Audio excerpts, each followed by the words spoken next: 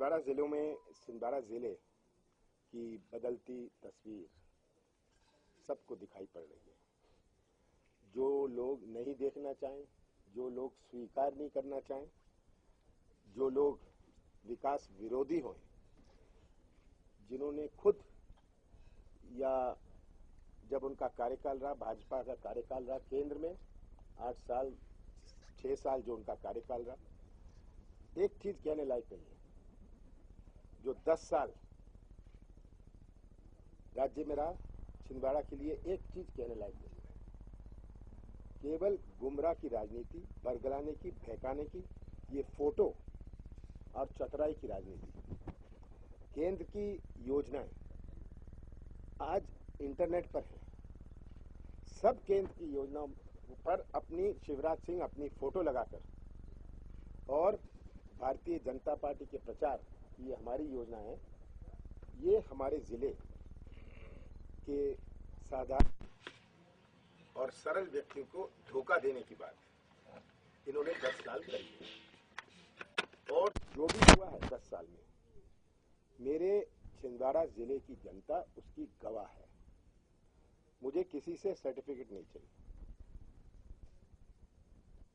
मुझे दुख इस बात का है कि भाजपा जो विकास विरोधी राजनीति, विरोध करना अलग है, पर विकास का ही विरोध करना और विकास की आलोचना करना, ये इस प्रकार की राजनीति को भी मेरा निवेदन है छिंदवाड़ा की जनता को कि इसे पहचाने।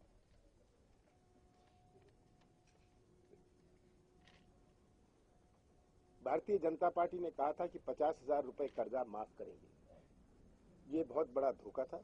पिछले चुनाव में जो 5 साल पहले था, इन्होंने ये बात कही थी। अतिवृष्टि हुई, किसानों को मुआवजा नहीं मिला, सर्वे तक नहीं किया पूरा, और शिवराज सिंह कहते गए मैं किसान का बेटा हूं, मैं सबको राहत पहुंचाऊंगा। ये ऐसे किसान के बेटे शिवराज सिंह चौहान, जो मुआवजा देना तो दूर रहा, कर्जा माफ करना तो दूर रहा, इन्होंने सही सर्वे अतिवृष्टि में नहीं किया। आज बड़े दुख के साथ पूरे हमारे किसान, हजारों की संख्या में किसानों के चेहरे में निराशा है। जो ओले पड़े हैं, ये ऐतिहासिक ओलावृष्टि हुई है अपने जिले में। और मैंने मुख्यमंत्री शिवराज सिंह जी से फोन पर बात करी, हफ्ते भर पहले, 8 दिन पहले उनसे बात करी। मैंने दिल्ली गया, मैंने दिल्ली जाकर प्रधानमंत्री जी से बात करी कि अगर राज्य को कोई आवश्यकता पड़ती है, जिम्मेदारी मुआवजा की राज्य सरकार की है। और ये आज जनता को धोखा देना चाह रहे हैं केंद्र के ऊपर थोपने में। मैंने प्रधानमंत्री से बातचीत करी, एक प्रतिनिधि मंडल गया था, और प्रधानमंत्री से बातचीत करने में ये बात निकली कि 6 तारीख को, उसकी मैं फोटोकॉपी दे रहा हूं, 6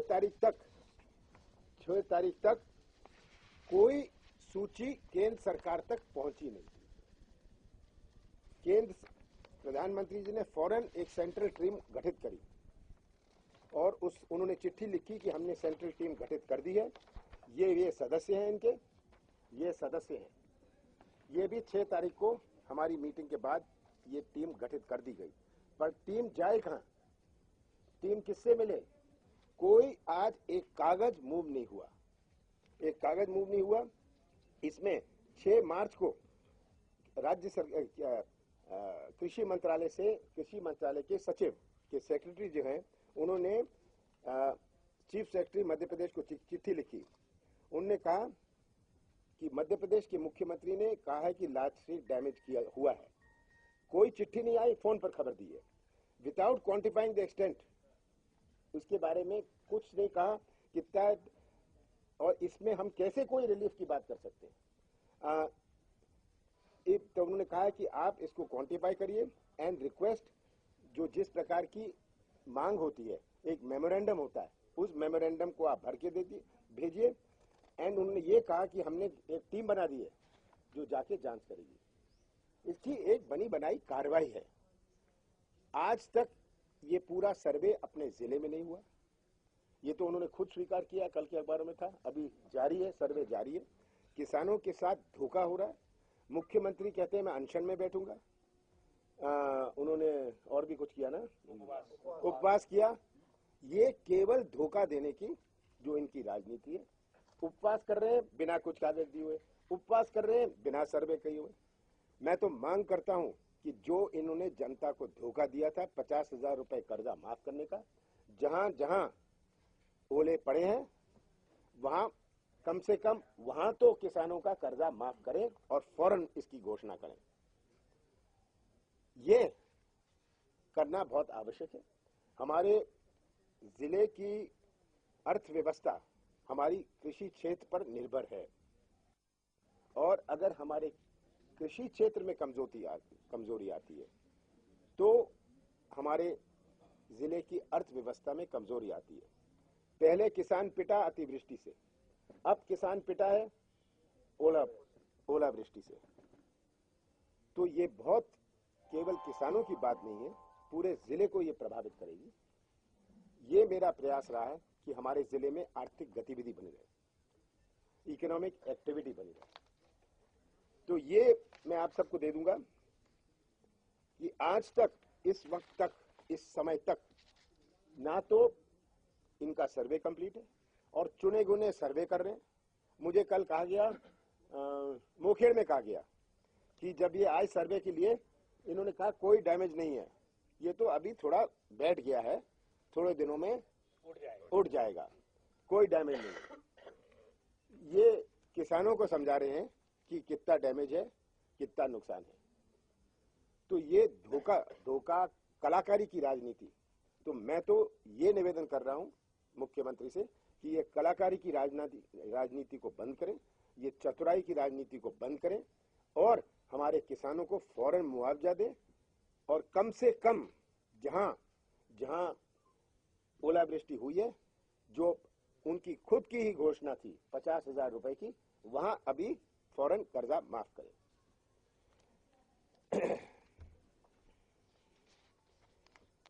अब मैं दूसरे मुद्दे पर आता हूं कि जो विकास विरोधी बात है, कभी कहेंगे ओवरब्रिज में वाइब्रेशन है, हाँ, कभी कहेंगे कि सड़क चौड़ी नहीं है, हाँ, आगे तक बनना था, ये है, ये सब नाटक नौटंकी, ये कलाकारी की राजनीति।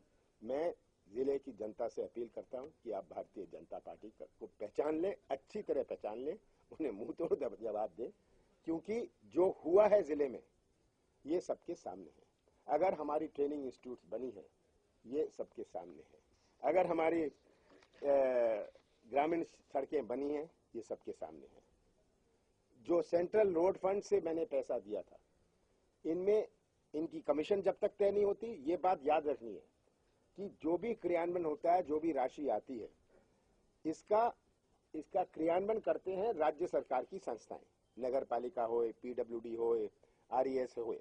जब तक इनकी कमीशन तय ना होए, जब तक इनकी वसूली ना होए, कोई काम शुरू नहीं हो पाता। बहुत सारी ऐसे सड़कें हैं केंद्र सरकार से जो आई थी, जो इन्होंने इनकी काम शुरू नहीं किया या घटिया काम किया, क्योंकि इनकी कमीशन और वसूली के प्रश्न आए।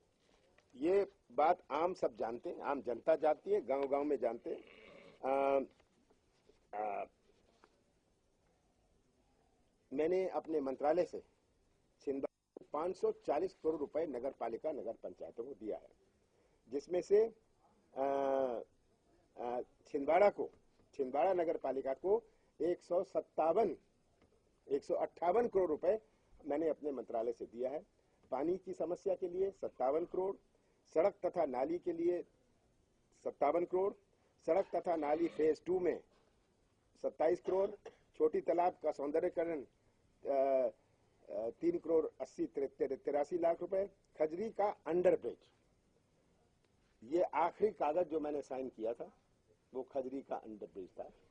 ये मेरा आखिरी कागज मंत्रालय में आचार संहिता लगने से पहले मैंने साइन किया कि मैंने कहा मैं आखिरी कागज छिंदवाड़ा का ही साइन करूंगा, और मैंने किया जो छिंदवाड़ा का अंडर ब्रिज है, खजरी का। तो पूरे जिले की नगर पालिकाओं को 540 करोड़, और जिस जिस विभाग का मंत्री मैं रहा हूं उस विभाग, जब मैं वस्त्र मंत्री था टेक्सटाइल पार्क आज बन रहा है, जब मैं परिवहन मंत्री था सड़कें हैं, जब मैं शहरी विकास मंत्री मिला तब मैं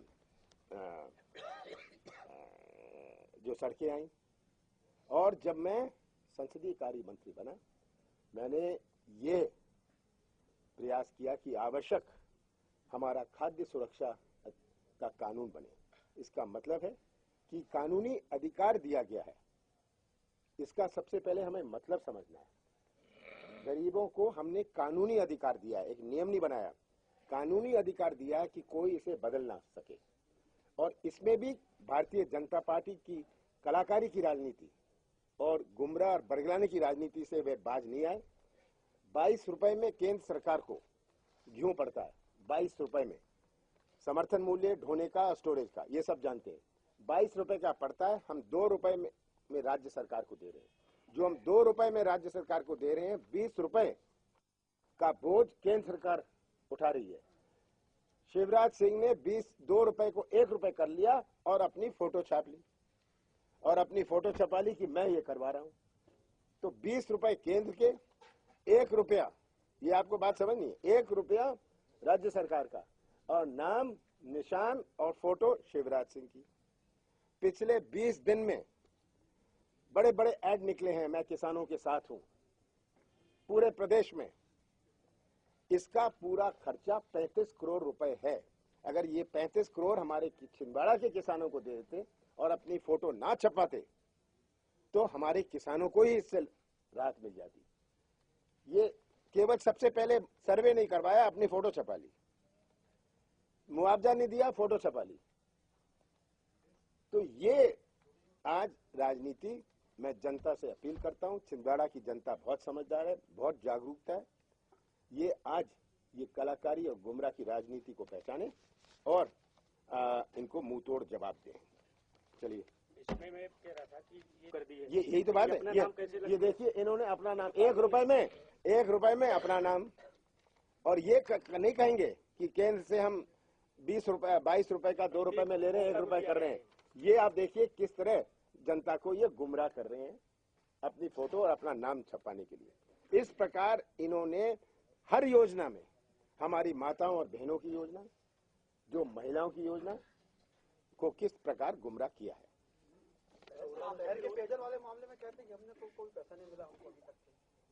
देखिए, पैसा सैंक्शन हो गया, भोपाल चला गया, अब ये आपस में क्या तय कर रहे हैं, हाँ, तब ये होगा कि कैसे ये बंटवारा होगा, ये इसमें चक्कर है इसका।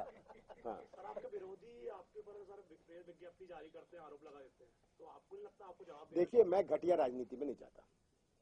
आज मैं चाहता हूं कि छिंदवाड़ा में स्वच्छ और साफ राजनीति हो और आम जनता स्वच्छ और साफ राजनीति का साथ दे। ये बहुत बड़ी आवश्यकता है। छिंदवाड़ा की अपनी आन है, अपनी शान है, और राजनीति में हमें ऐसी गिरावट नहीं लानी चाहिए। तो मैं स्वच्छ और साफ राजनीति में विश्वास रखता हूं। जो लोग इसमें विश्वास नहीं रखते, जिले की जनता उन्हें पहचान ले। सर, भाजपा आप पे आरोप लगा रही कि आपने अधूरी परियोजना का उद्घाटन किया है। देखिए, उसका उपयोगिता प्रमाण पत्र जारी कर दिया गया। देखिए, ये छोड़िए, सब जनता के सामने ये अधूरा है, 10% बना, 20% बना, ये सबके सामने है।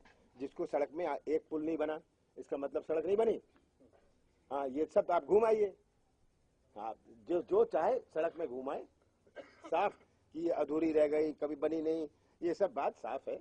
और जिनको इसमें शक है वो खुद घूम आए। मेडिकल कॉलेज की चिट्ठी चली गई है राज्य सरकार को, और इसमें अब जगह की चयन करनी है, जगह की चयन हो रही है। इसमें भी एक नियम है कि कैसी जगह होगी, किससे होगा। ये कलेक्ट्रेट में भी इसकी खबर आ गई है, तो आप जानते हैं ट्रेन से आ गई है।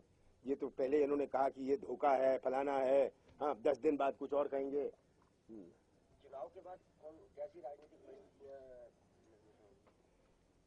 मैं छिंदवाड़ा की बात करूंगा। देखिए, मैं अलग, अगर देश की बात करनी है उसके लिए अलग प्रेस वार्ता कर लेंगे। मेरे 5 प्रोग्राम है, उसमें भी अच्छी वार्ता होगी। देखिए, मैं भी बता रहा हूँ, वो बैठ के आराम से बात कर सकते हैं। तो मैं अपना नजरिया बताऊंगा, अपना दृष्टिकोण बनाऊंगा।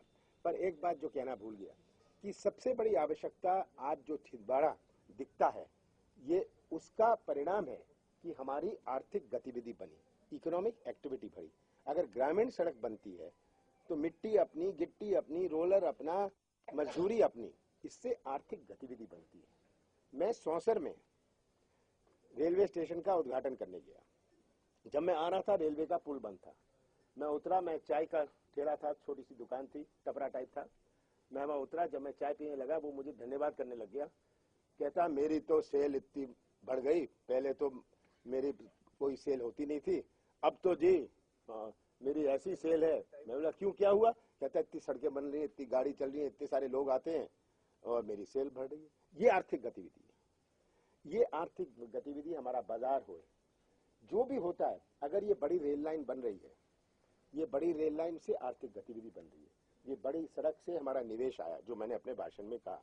ये छोटी छोटी चीजों में भी, एक भवन बनता है, अगर कोई भी भवन बने, किसी चीज का भवन बने, अगर हाई स्कूल का भवन बने, हाई स्कूल तो बन जाता है, उसमें चलेगा, पर जो आर्थिक गतिविधि उससे बनती है, इससे आज छिंदवाड़ा की पहचान बनी है, ये बढ़ती हुई आर्थिक गतिविधि। और उस दिन मैंने सर्टिफिकेशन सेंटर का पांडुर्ना में उद्घाटन किया।